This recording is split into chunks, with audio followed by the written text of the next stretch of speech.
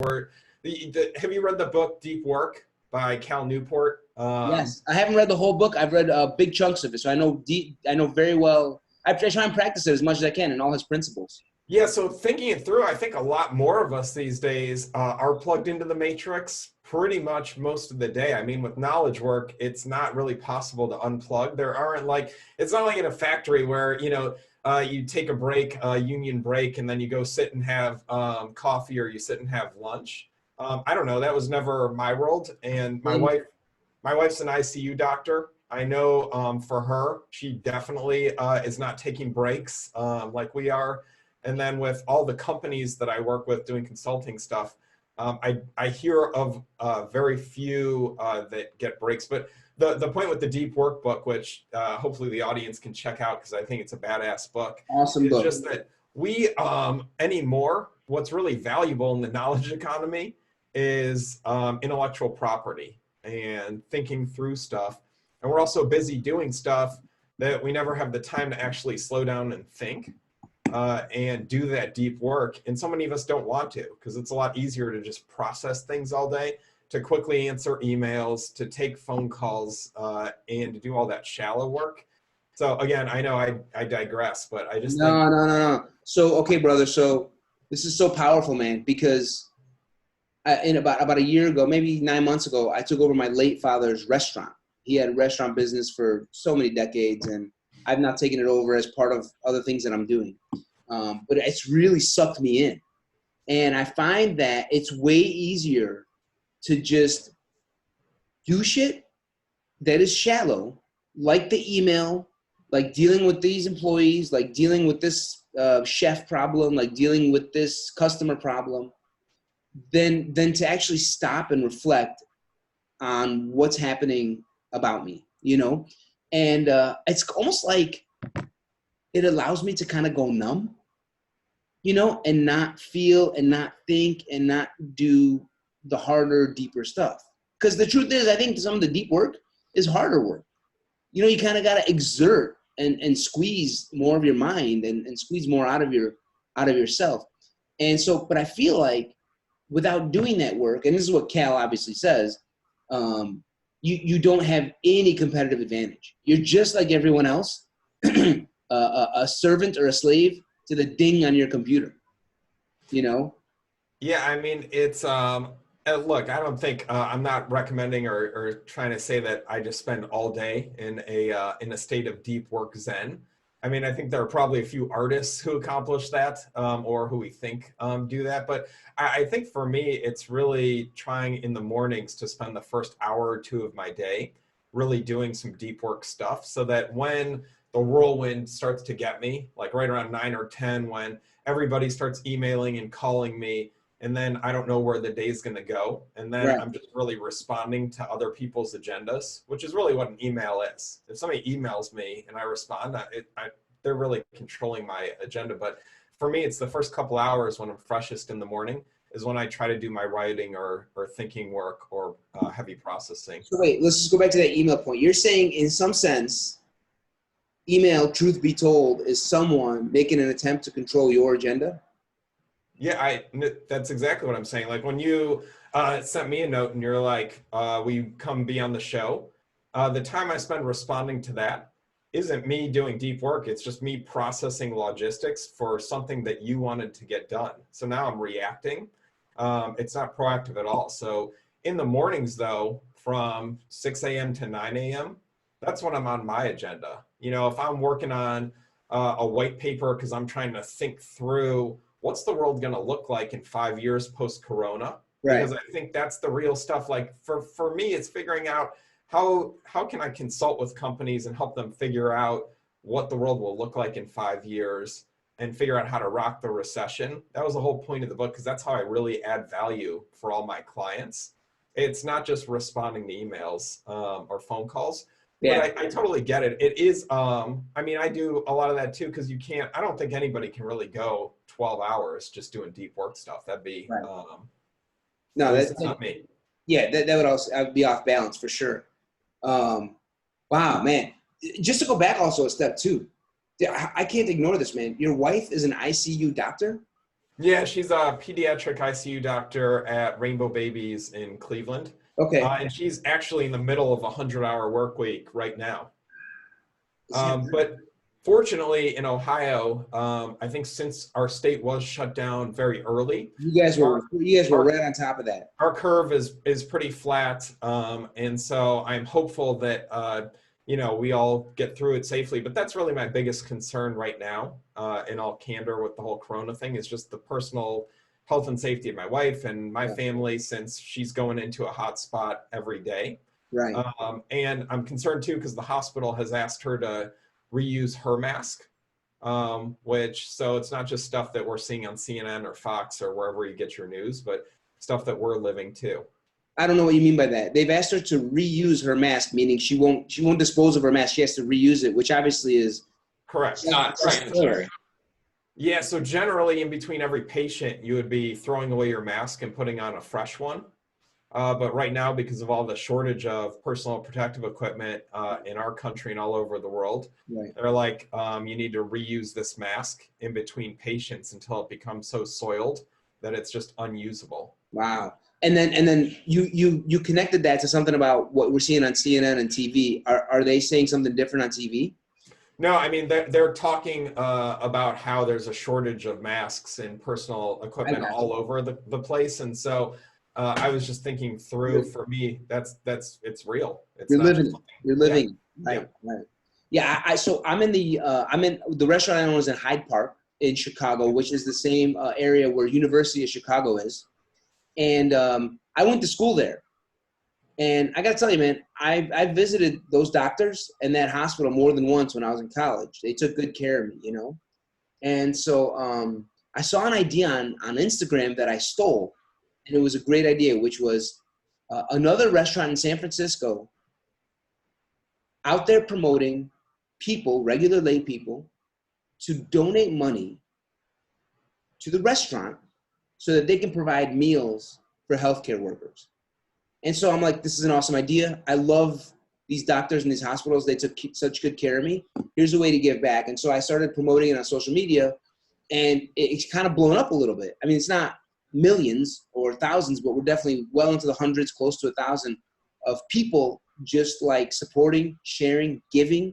And so we're just bringing in money and sending out hot meals to all these doctors and nurses in the ICUs and in the other kind of COVID units.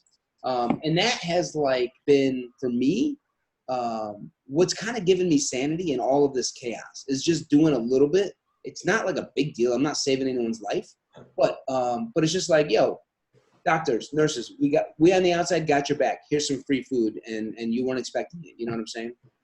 Yeah, I totally get it. And I saw my friends at Cuthbert Greenhouse in Columbus, Ohio, are doing the same thing where they're having people donate to them, and then they're in turn donating flowers for funerals, for retirement homes, for hospitals, because also for them, they produce a lot of Easter lilies, and they're getting hammered right now. I mean, just think through, like, people, obviously a lot of their clients can't use them right now. They sell through a lot of grocery stores, and obviously that's challenging right now. So I think that's great. But it's a small world, dude. My wife went to medical school at Midwestern University in Chicago. Oh yeah. And so when I was doing banking, I was commuting back and forth to Chicago every weekend I could.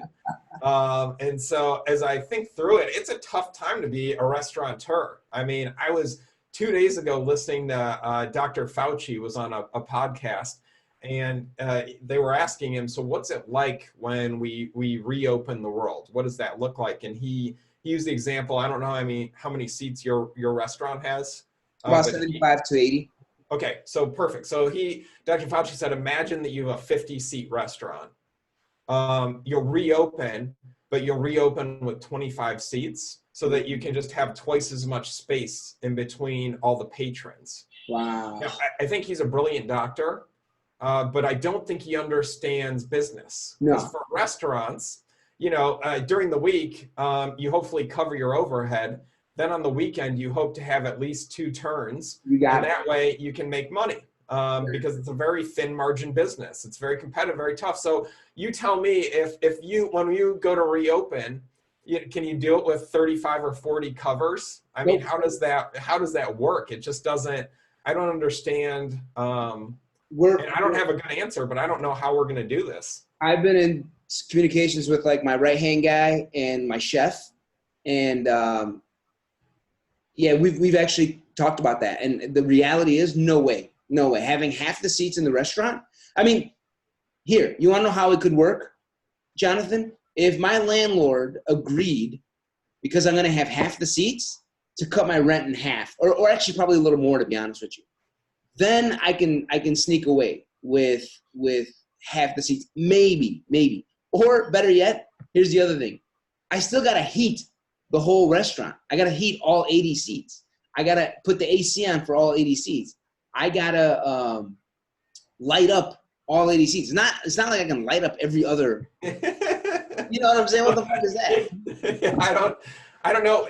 But there's a great the other thing that concerns me is if you look at Nanjing, China, they put out a video and it shows how they reacted to the coronavirus, what they had to do to cut the incidence. Mm-hmm. And so they show McDonald's. And at McDonald's, they are able to cut down to obviously half the tables. And so they put a placard on every other table to block it. Mm-hmm. And then you're not even allowed to sit across from the other patrons. So if you and John, who I know is patiently sitting on the podcast with us, if you guys went to lunch at McDonald's in Nanjing, you would sit next to each other, one table apart. You're not even allowed to sit across from each other. And that's how they flatten their curve. I don't think this country is ready for that. No. And so I'm really worried that we're not only going to have a single dip, but that this will be one of those where we're probably going to reopen the country. That's my prediction at the end of this month. And then probably face at least a second wave of this. So I'm pretty worried about that. Right. Wow. John, do you want to sit 2 seats down from me at McDonald's in China?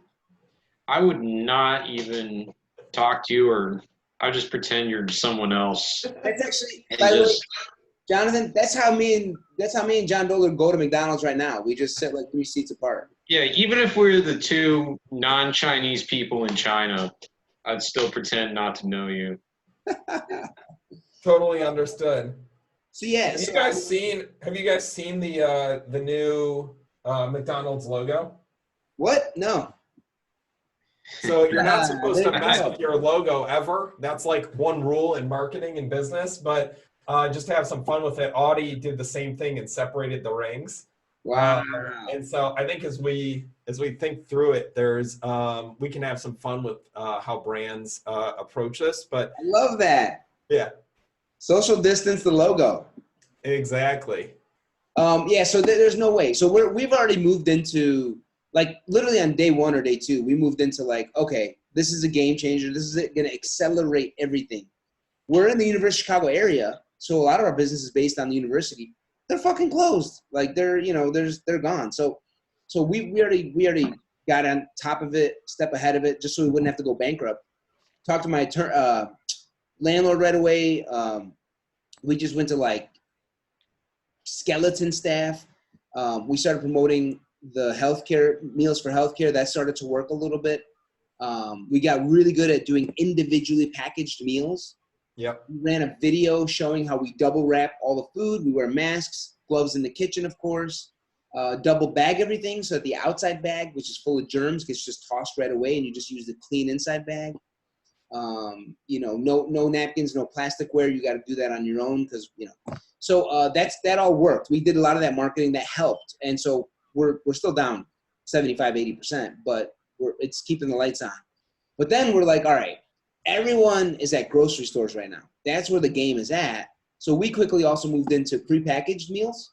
Mm-hmm. And so we are doing a lot of that too. And that helps too, where you put it on grocery shelves and people will grab it and buy it. And that's been good for us too. And so I think, coming out of this, that's not going to change. Like you said, people are going to be slow to come back. And that's assuming we have permission from the state of Illinois or the government, the federal government, to actually reopen at full capacity, which we're not gonna. So we got to do something to keep the lights on if we want to stay alive through this and go another 28 years.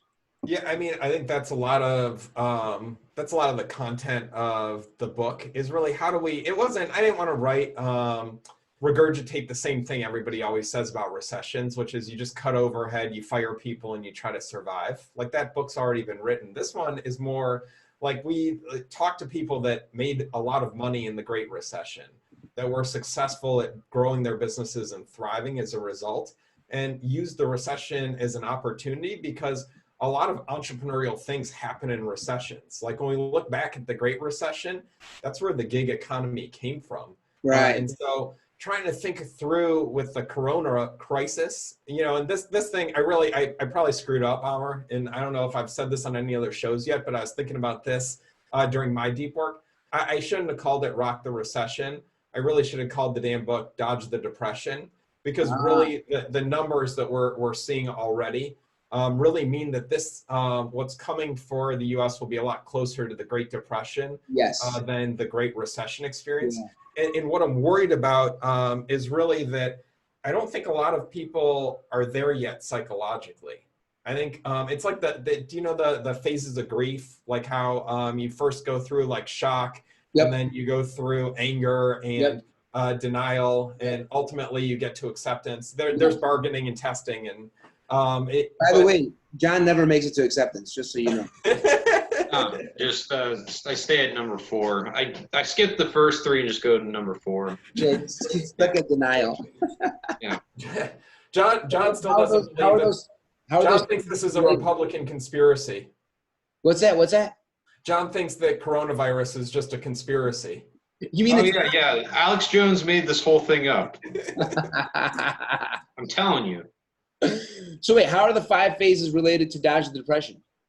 Well, just that for entrepreneurs, I mean, for the audience listening in, and you're thinking about, like, I'm a financial advisor, and, you know, once we get over this, the world's just going to go back to normal. Yeah, bullshit. Or this will be a V-shaped recovery, or at worst, maybe a U-shaped recovery, and we come back out of it.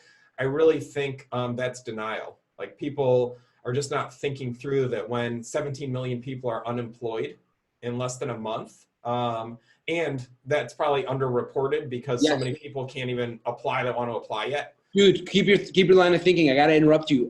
So I've got staff. Multiple staff have come up to me and they're like, hey, can you help me? I'm like, what? They're like, I've applied multiple times. The system either goes down or they won't take an appointment for me, or this or that. They're trying to get unemployment.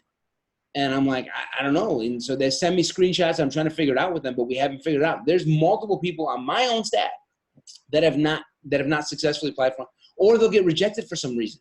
Like they're saying, oh, you didn't fill this out perfectly. So it's like, holy shit. So like, yeah, I mean, what's the number up to 17 million? That is just bonkers to me. Bonkers. Yeah. We're once you hit 20% unemployment, right? You're in the world of depression, obviously.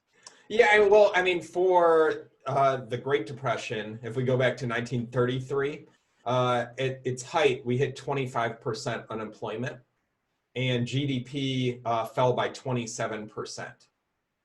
If you think about the Great Recession, which they called the Great Recession because it was greater than the prior recessions, the big one. The interesting thing to me has always been that GDP only fell by 5%. Yeah, it was a Great Recession, and at its height, unemployment was at about 10%. Yeah, which is I think 10 million total losing their jobs is my guess.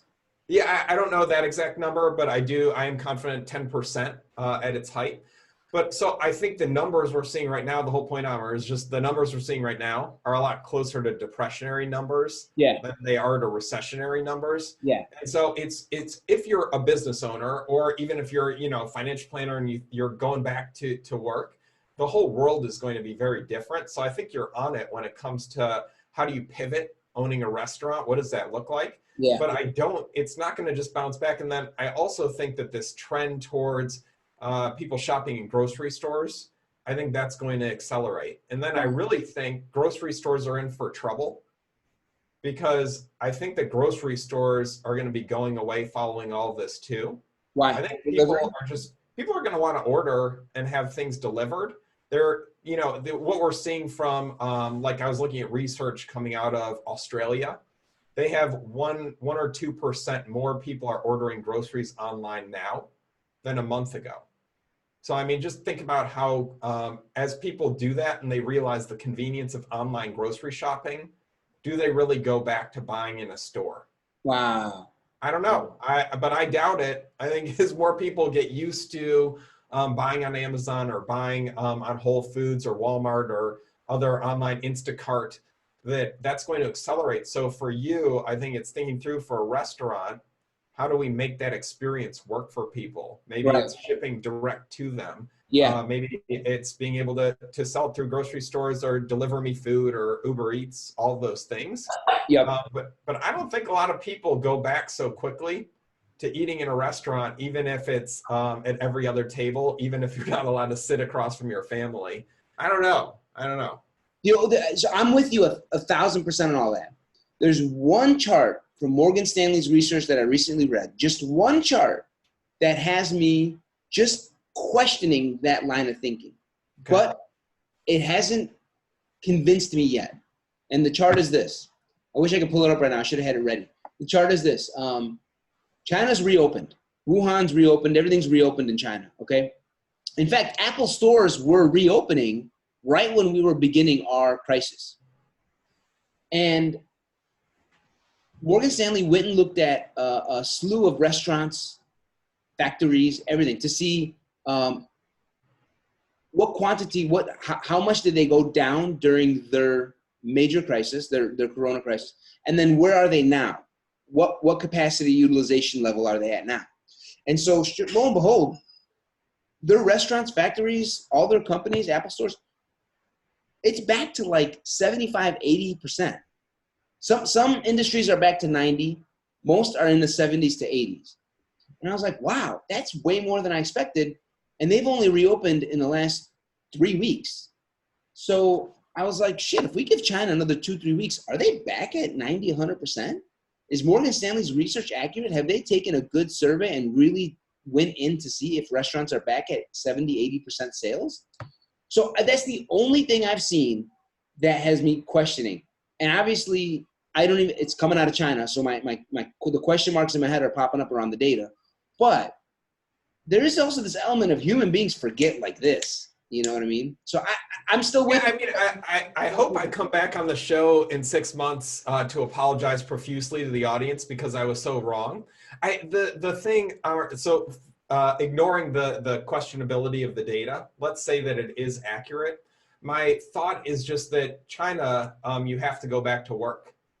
Like you don't have a choice about whether or not you go back to work. The government, you have to go back or you get fined. Even when it comes to things like work, the communist regime is that heavy-handed?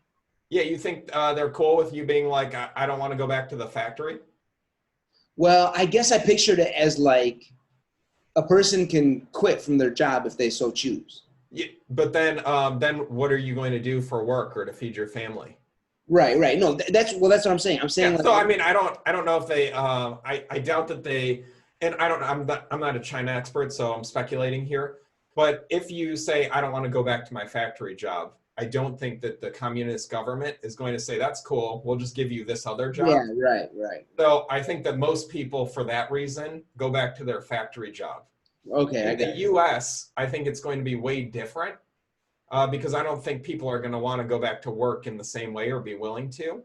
I'm also thinking through things like, so for your employees, a state unemployment pays, let's call it $450, $500 a week on average, $500 a week on average to keep the numbers easy. The federal government's then supplementing an extra $600 a week for 16 weeks. So you're taking home about $1,100 a week. That's after tax. So that's equivalent to about a $70,000 a year job.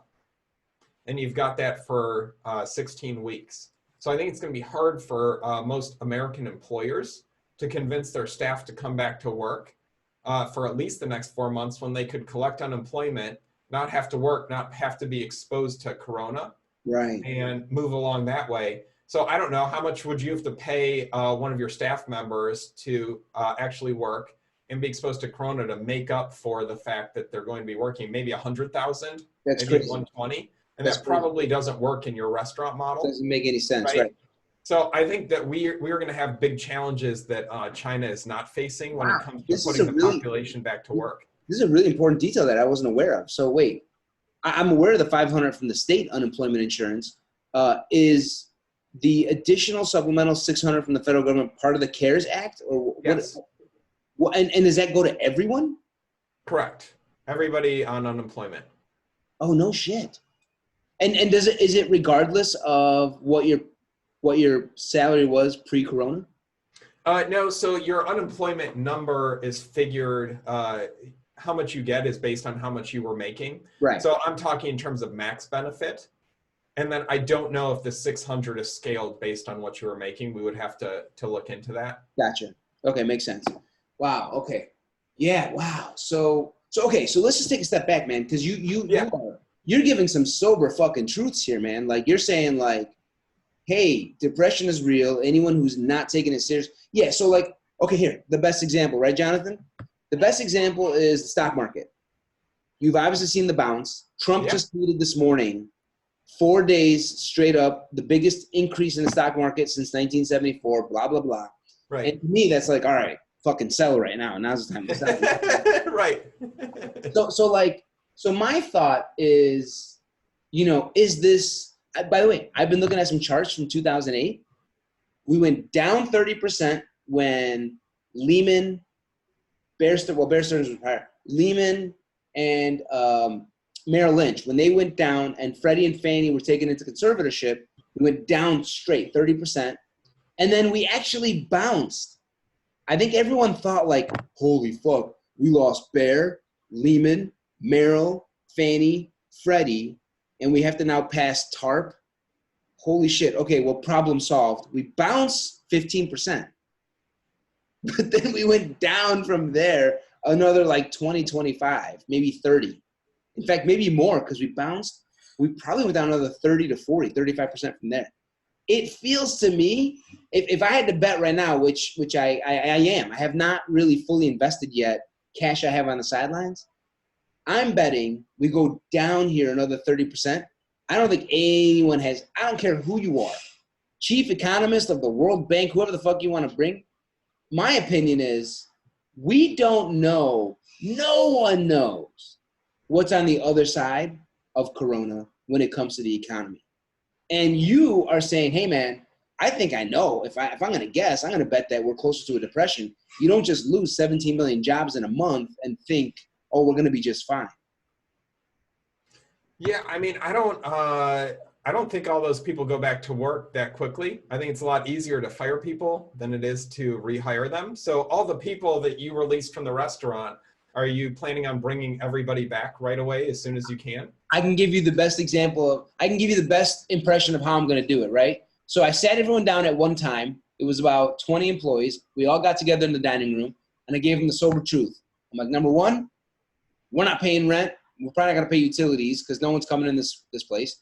Number two, I'm going to do my best to pay you guys, but start filing for unemployment now. Try and get ahead of the curve. And number three, don't touch your faces and wash your hands a lot. See you guys. That was kind of like my attitude. I was trying to be a lot more compassionate than that. But that was how I basically let them go. Now bringing them back. You want to know how I bring them back? Hey, Juan, I've got an order for the University of Chicago Hospital for 25 meals. Do you want to come in for an hour and come do it? Maybe. Like they're like now on call. If you know what I mean. Yeah. So like I'm bringing people back with major trepidation. My guess is if that's how I am, a lot of people who own businesses are firing like this and bringing one person back at a time with trepidation. Yeah, so again, the whole point there is that's why I think if we have to use letters of the alphabet, I think it's more like an L-shaped recession than a V or a U. I think we're going to be down in the recession for a while. Also, the other thing that I'm thinking through, Amr, is like, so $2 trillion is what we just spent pumping up. We didn't pump up the economy. We really spent it to replace $2 trillion in payroll in other areas that would have been there anyways. So we're filling a void. Right. We're not increasing the economy at all. Right. And then we're probably going to have to take on at least another couple trillion to get us past the next hurdle. So I don't understand, and again, I'm a poli-sci major, I'm not an economist, but how do we take 4 trillion and just create that and print that and not have it have a very lasting effect on the economy? You know, people ask the same question when we did 4 trillion, 5 trillion to the banks in 2008, because that's what the Fed did, right? They basically bought up all sorts of loans from banks to the tune of 4 or 5 trillion dollars. And by the way, they still have a big chunk of that on their balance sheet. Yeah. And it was not inflationary. So I do think that it, you know, there, I think what the Fed looks at is like, does the depression and the lack of spending in the economy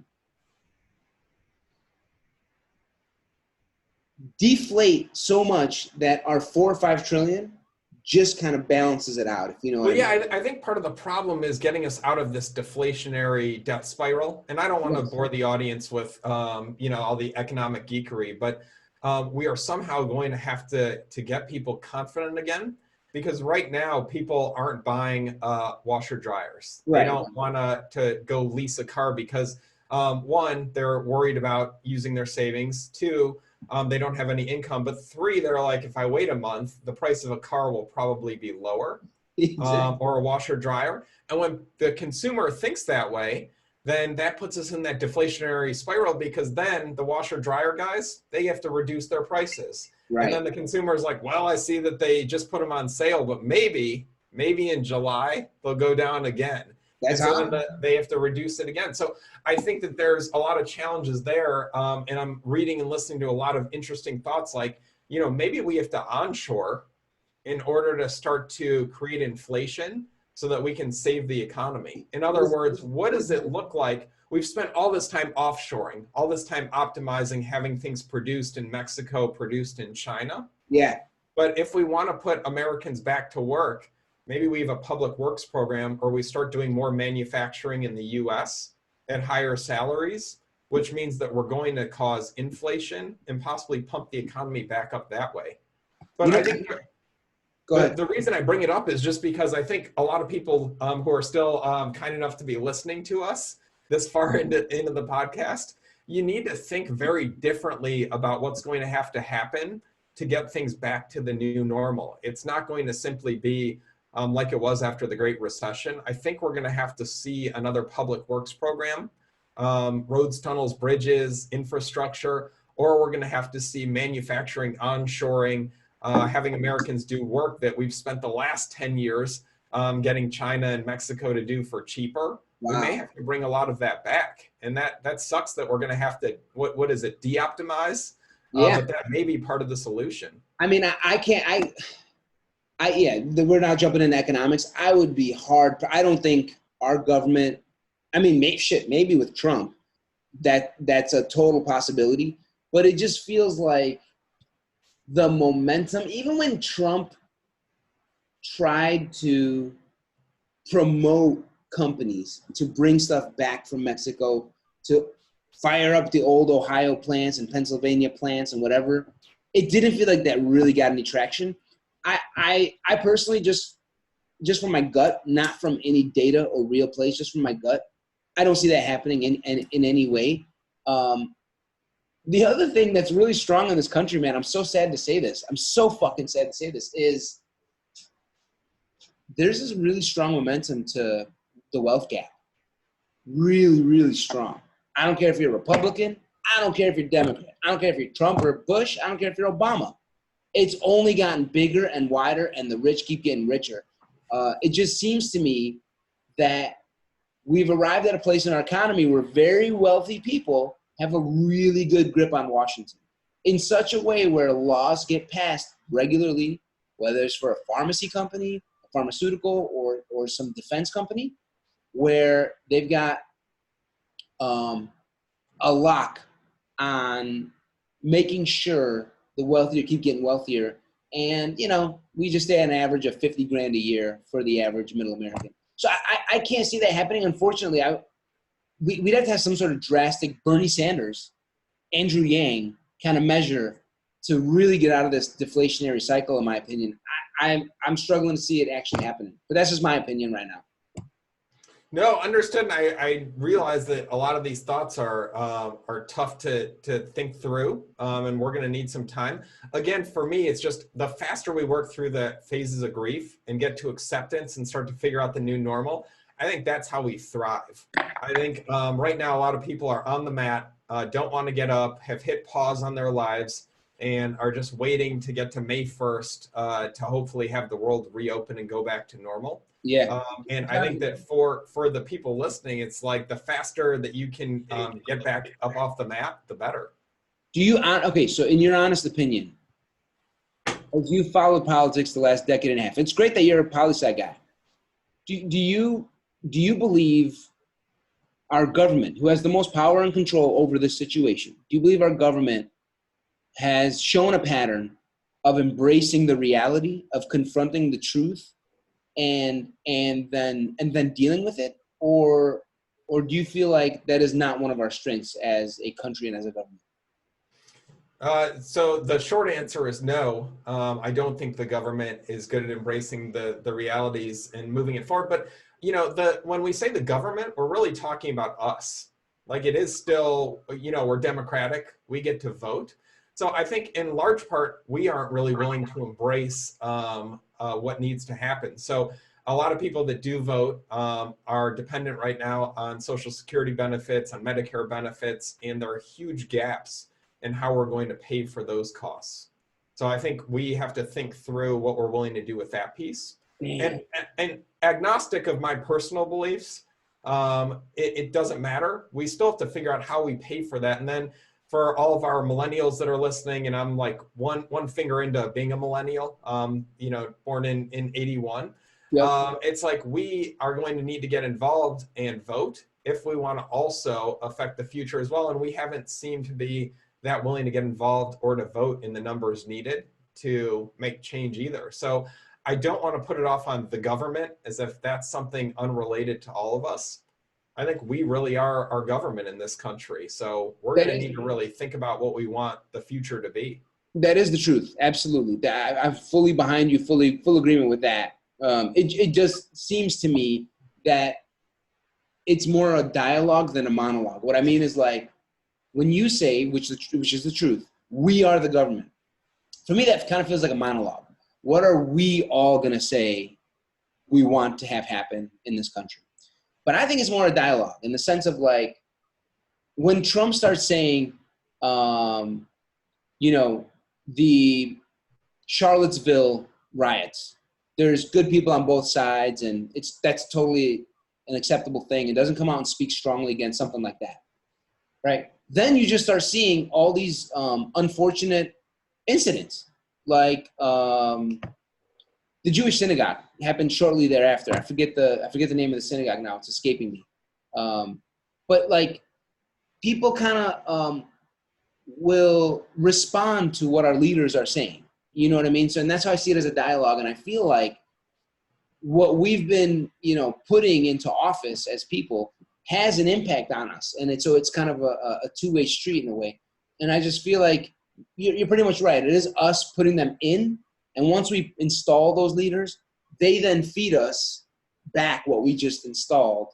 And so it creates this, you know, I think almost like a bad cycle. And I feel like something radical, I mean, everyone says this, right? But it's really true. Something radical is needed to kind of stop this deflationary cycle, embrace the reality and truth that our solution for 2008 was probably really shitty. And we're kind of probably bearing the brunt of that right now.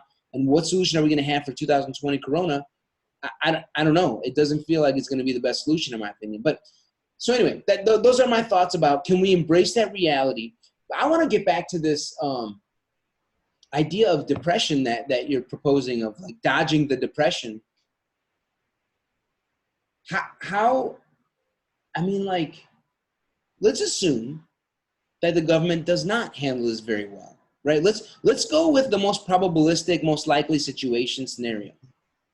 They fumble it. They don't make the optimal decisions. They don't listen to the best economists. So what does that mean for 20 million, 25 million unemployed? What does that mean for business owners, right? Let's talk about business news and other shit. what does that mean for you? What does that mean for me? You know, what would you be telling your clients? Like, hey, I don't know. I think Washington and we as a people are going to fumble this. And so here's what I would do if I were you, dude who owns 10 gyms. I know that was your old life. Dude who owns a restaurant. Dude who Yeah, I talked this morning to a dude that owns a gym in Pasadena. And so they're shut down right now. And my thought for him is think through how you can do that virtually. Because I do think people are going to want personal training in the future. I just think that they're going to want to do it in the safety and comfort of their home and do it over Zoom. I mean, we've seen a lot of growth. Like this is perfect for Peloton. You know, they are already have a big platform for this. And it's already perfectly socially distant, but it still feels human since you're, you know, racing against everybody else. I mean, what a boon for them. So I think for all the service providers, I want them to think through, like, how do you use technology to be successful in a socially distant environment? So earlier, before we started, I was showing you guys how I ripped my bedroom, my guest bedroom apart. You know, in January. Show us again. Show the YouTube viewers. Sure. Yeah, let's see this setup again. Yeah, cool. Show them your shithole setup. Yeah, so this is where the bed was in our guest bedroom. And so my wife in January very graciously helped me carry out the bed. And then we were able to take and put in this ring of fire, all these lights. So if you can see, if I switch back, I can't even create a shadow. Like there's no way because of the lights. Again, and then I've got several cameras. I've got several microphones so that if one of them drops, I can flip to a backup quickly. I don't have to worry, like on Zoom, I'm not getting on every call with my clients and being like, can you hear me? For the audience, if you're just listening, I was just faking like cutting it out. But I can't stand that shit. Yeah, it's annoying, but I think that for like, so we were talking about like the audience. And so you're saying, you know, a lot of people that are listening to us, or maybe, you know, you're a financial advisor or you're a manager or a leader. It's thinking through how are you going to work in the future virtually? How can you embrace technology to still make it feel like we're in the same room so that you can be drawing on a digital whiteboard or having your iPad connected to Zoom so that you can sketch something out for a client to make it feel like you're with them. You know, how can we create an experience? Because the world is going this way. If you want to go to the next level with me, Amar, I think it's that in a couple of years, we're going to have virtual reality headsets on. And then it's going to feel like we're sitting at a virtual conference table all together in the same room without having to travel to meet each other in person. You know, we'll be able to virtually shake hands. And so the world, again, my thought for my clients is to think about how we can leverage technology to take it to the next level. And then the next piece is think about the industries that will do well. In the book, I've got a table because I looked at the Great Recession. It's like, you know, hotels got crushed. Four-year universities got crushed. But guns and ammo did very well in the Great Recession. Veterinary clinics did very well in the Great Recession because people don't care. If it's for your dog, you're going to put the money on a credit card. So they're going to do fine. You know, health does fine. Hospitals, people still need that in a recession or depression. So you need to just think through for your clients who you're aligned with. If right now you're a financial advisor and you mostly work with the cruise ship industry, probably not going to be good. I would be working on how you're going to pivot right now and be managing money for hospital executives, for pharmaceutical executives, for executives of SaaS companies, because I think all of those are going to do very well going forward. Right. But it's just the thought for all of us to slow down, to do your deep work, get some good coffee, and in the morning run through your client list and think through the exposure they have. You really are the recession expert, brother. This is great. Well, thanks. Well, I spent the last couple of years studying this, and then we published the book in September of last year because I thought there was going to be a recession in 2020 because of what was going on with the yield curve. It had nothing to do with me, you know, prognosticating a coronavirus. So this has tipped us into recession, but a lot of recessions happen because of black swan events. Yeah. I mean, that's really, we were getting closer and closer because of the yield curve. Yeah. And then a novel virus, it's not like this didn't happen with the Spanish flu. I Right. mean, that was 100 years ago. But my Exactly. other thought, Amr, is this is going to happen more and more because the population of the planet, we're approaching 8 billion. Yeah. As we get more densely populated, as we Yeah. cover the earth with more and more cement, I Yeah. think we're going to have more natural disasters, Yeah. more viruses, more tornadoes, more hurricanes, more typhoons. It's just the science of how the earth is probably going to react to the Damn. increasing population load and the load on the environment. Damn. You're basically saying that the more people we have in this world, the more we kind of spin out of control, and more shit happens, and we're basically walking ourselves towards Judgment Day. Is what you're trying to say, right, Jonathan? I think it's going to take tens of thousands of years. And I do, again, I think I don't know, man. Depends on how much sex we have. exactly. Well, that's funny. That's my attempt at being a comedian, brother. I think it is trying to I figure out, like for Corona though, it's thinking through questions on are like, do we have a mini baby boom because everybody's stuck at home right now? Or does domestic abuse go up because everybody's stuck at home right now? I mean, those are. It's up. It's up, by the way. I have a police officer who comes into the restaurant almost every night.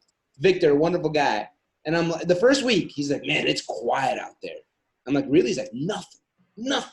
Week 2, he's like, yo, a dude just got shot down the street. I'm like, what? He's like, yeah. And then I keep going to people's houses because all these men keep beating up their wives. I'm like, get out of here. Week 3, he's like, domestic abuse is up 35-40%. I'm like, get out of here. This is in Chicago, right in the heart of Chicago. So I think domestic abuse is up already. But what was your line of thinking? Like what? Where do you take that thinking? What does that mean for you? It really there wasn't a there. You're just saying these are all consequences. Yeah, I mean, I wish it was that we're gonna have a baby boom because people will be at home. There won't be much else to do except be loving and enjoy each other.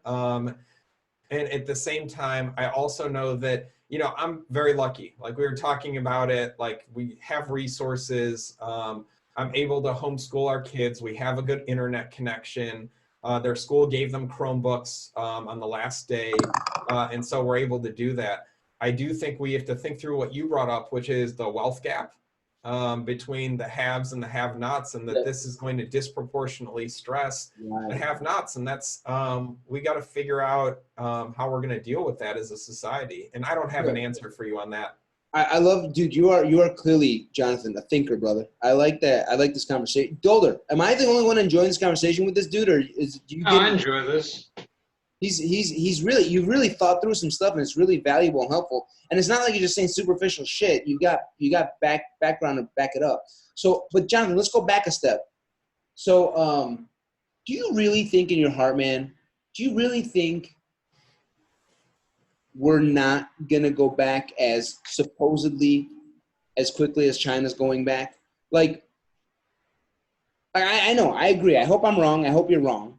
But like, why? Tell me from some of your deep thinking, why have you arrived at the most likely thing is we don't go back and we really are doing virtual? One of the things I've been talking about for comedy, because comedy is a dialogue. People think comedy, you just stand up there and you hold a mic and you just give a monologue. No, it's back and forth. You say a joke and then you wait for the person to respond, and you say another joke, and if they laugh even harder, your third joke, you deliver it even more powerfully because you're now more confident, blah, blah, blah.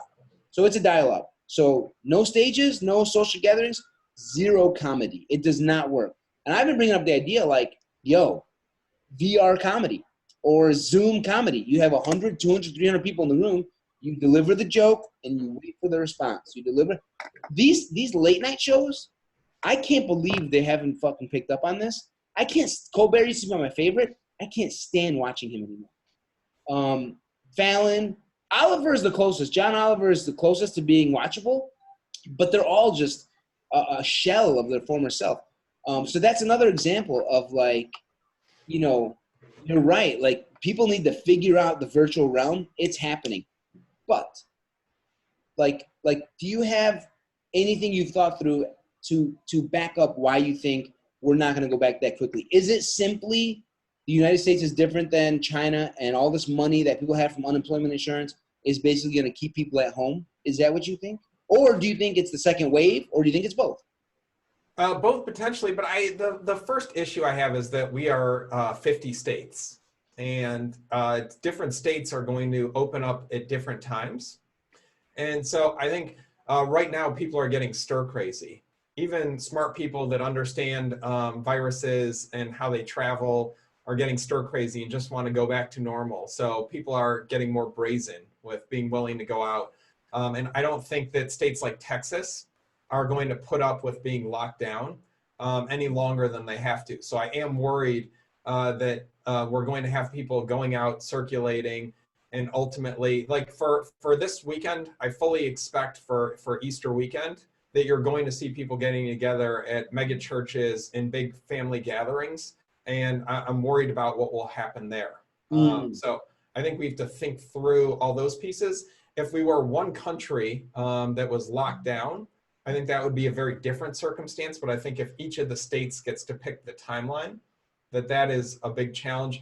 And I think that the ethos of the American people is just way different. Like, we were the ones that dumped the tea in the harbor because we believe that nobody's going to tell us what to do. Rebellion from day one. We've got our guns, and we are not giving them back, and we are not going to be told what to do. So I totally get that, and I'm an American, proud to be an American, completely understand it. But I do think that the virus loves it. The virus is licking its chops, just waiting for us to get back together so that, again, it can attack us and spread itself, because we're in a war, and we are at a war with a virus. And the virus wants us to get together because that's how it spreads. So again, for that reason, I think it's going to be very difficult because of where we come from mentally for us to beat this thing. All right, so let's paint the picture, all right, brother? So we paint the picture. Texas goes back. A few of these states go back. And in, let's say, May 1st, all right? Some states don't, like New York, Chicago, maybe they don't. In Ohio, we are Ohio and Illinois have been kind of ahead of this a little bit. Yep. New York was not fully ahead of it. But so let's say, like you said, Texas goes back and we don't go back.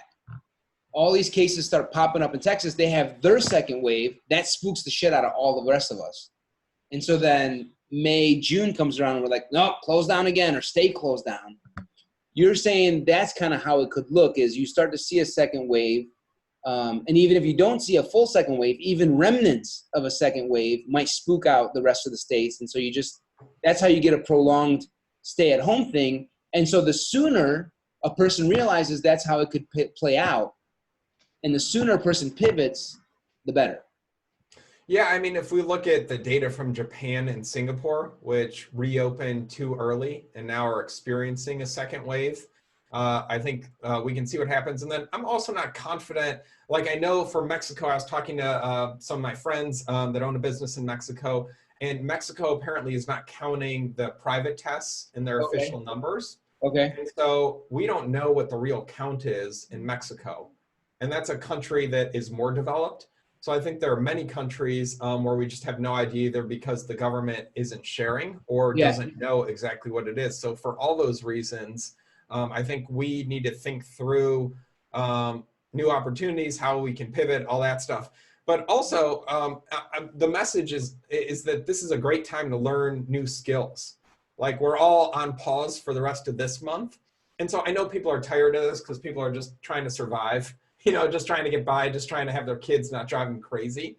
But at the same time, like, if you have always wanted to learn Spanish because, you're a financial advisor and you think you could pick up a lot of the Spanish speaking market, now is a great time to start doing some Duolingo, figuring out, the vocabulary you really need to get after it. Or figuring out, like, virtually, you're talking about comics. I mean, there are going to be comics that figure it out, that figure out a way to do a webcast with a live audience and get feedback. And I don't know exactly how to do that, but the first comics that figure that shit out are going to have IP that's very valuable to the rest of the community. And I vibe with what you're saying, because I did a 90-minute webinar yesterday, and it's tough, man. I mean, you get no response because the first thing we did was mute the entire audience because we don't want background noise. And so then I get zero feedback. And I was telling you guys earlier before we started, I do a lot of speaking on stage. Well, at least I used to. But you know, in a room with 200 or 300 people, you get feedback. Yeah. You can see the audience smiling. You can hear them laughing, or you can hear them not laughing when I lay an egg and I try to tell a joke, just doesn't go over. And then what you can do with the audience though is then you can make them laugh by being like, sorry, that wasn't my timing. What's up with that? My joke wasn't very good. I apologize. It's too early in the morning. I get it. And then they'll laugh and you can draw it out of them. That's not possible over Zoom if you're doing a webinar, but somebody's going to figure out how to get that response.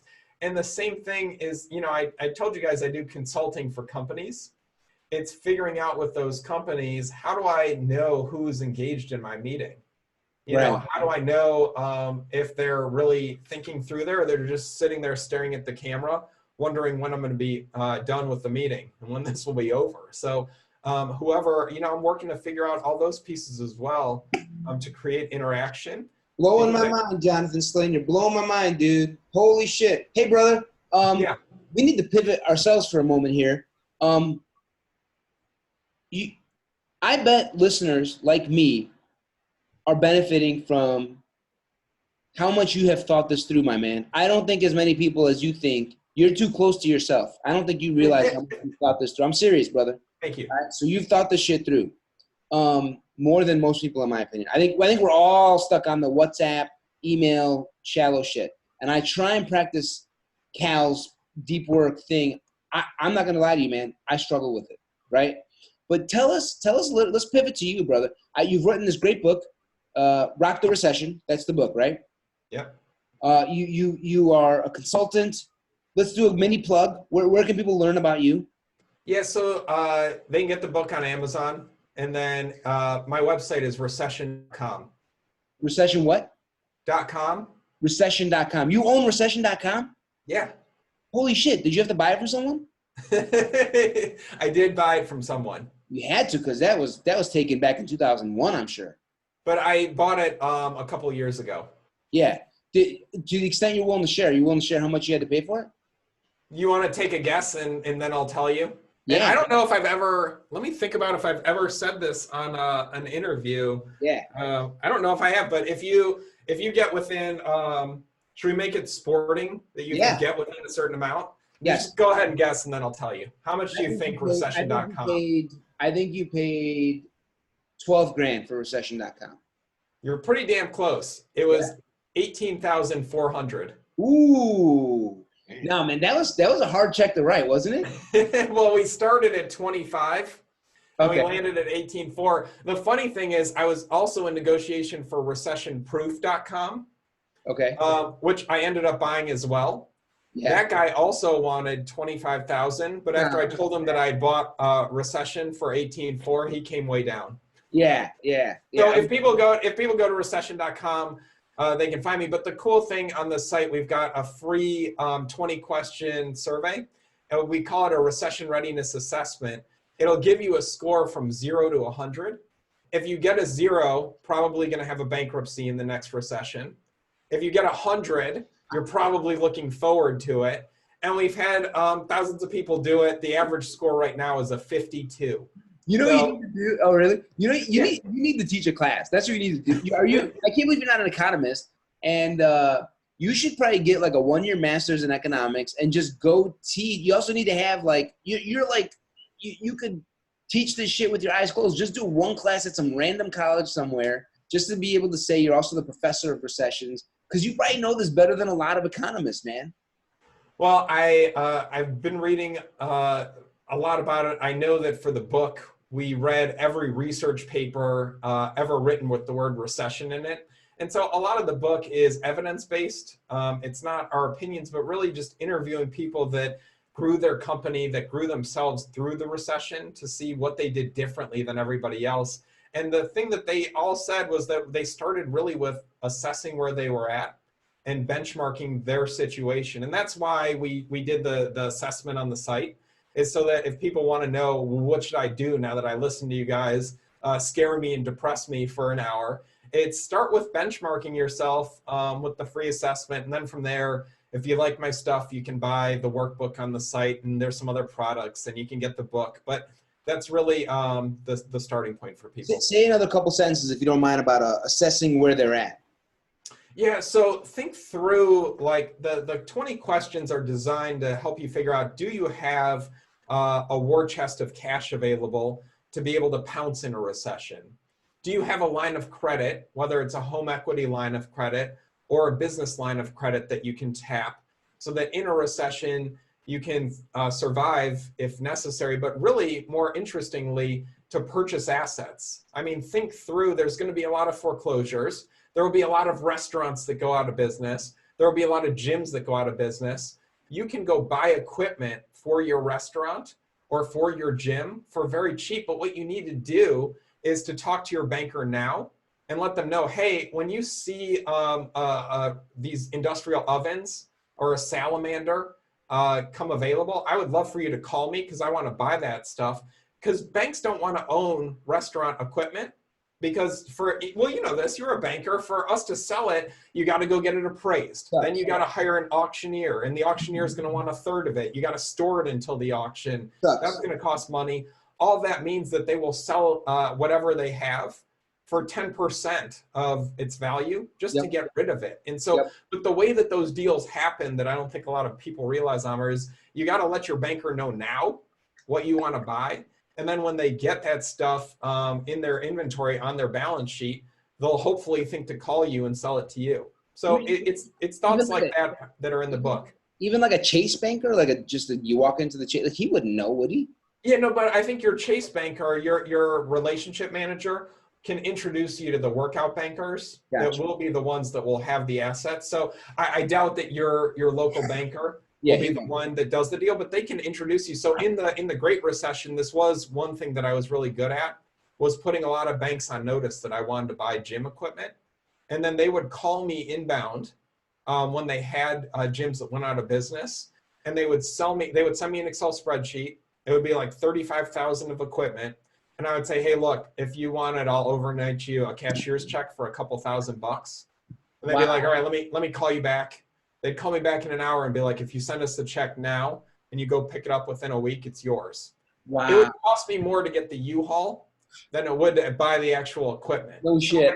I think people, I just want them, these are the kinds of things we're thinking through in the book, because you need to do some proactive stuff now so that when we're officially in a recession, and everybody's seeing it on CNN, on Fox News, and the foreclosures happen, that your banker will get in touch with you. Right. Okay, so in my case, you would say, all right, Amr, you think you've figured out some stuff with delivery and takeout that's really good, with double wrapping, with making it safe. You think you've figured out getting the food into the grocery stores and the prepackaged meals and individual box catering. You figured that out? Okay, cool. Here's your opportunity, Amr. If you have some cash laying around, 100 grand, 200 grand, a line of credit for 200 grand, you might have $250,000, $500,000 to work with. As your banker starts to call you in May and June to tell you, pick up this broiler, pick up this salamander, pick up this delivery truck, what you can do is start also opening maybe a second location in the Gold Coast or in Lincoln Park or something like that, or near Midwestern University out in the western suburbs. And now you have a second location that you basically got on for pennies on the dollar between equipment and signing the new lease. And in the recession/depression, you've now picked up a second location. And if you can, leverage that second location, maybe you continue to get inbound calls from your banker letting you know, hey, we got more and we got more and we got more. And so now I become the guy who's there to possibly scoop up whatever those who are struggling and weren't able to pivot. I'm able to grab their stuff on the cheap and position me for the next decade. You got it. Yeah, I think that's how you rock the recession. Shit, I think I owe you some money for this podcast, dude. This was hugely beneficial. Tell me about it. All right, well, I appreciate you having me on. I like the long format. Generally, we don't get into all the detail that we did, so hopefully the audience hung in there with us, got some value out of it, and can go do the assessment, and then happy to come back on in maybe 6 months and we can talk about what the scores are trending as, and then figure out what's next. And if I'm wrong, if we've already bounced back, I'll come on the show and happy to apologize and hope I am. Same here. Hey, man, so, okay, recession.com, rock the recession. You have jumped on this podcast, I feel like it's almost like day one or day two of what really I also believe with you is a pretty difficult time period we're about to go through, and very difficult recession, maybe depression we're about to go through. And so, mark my words, this dude should be on CNBC and CNN helping people out. If you're not already, dude, good luck with all that because it's coming to you. And if you all are listening, check out JonathanSlaneRecession.com. This dude will change the way you approach your business. Thank you, brother. Dolder, thank you very much. Thank you. Enjoy that shithole studio you have, Jonathan. Will do. Thanks, Amr. Rock on. Peace, guys. See ya.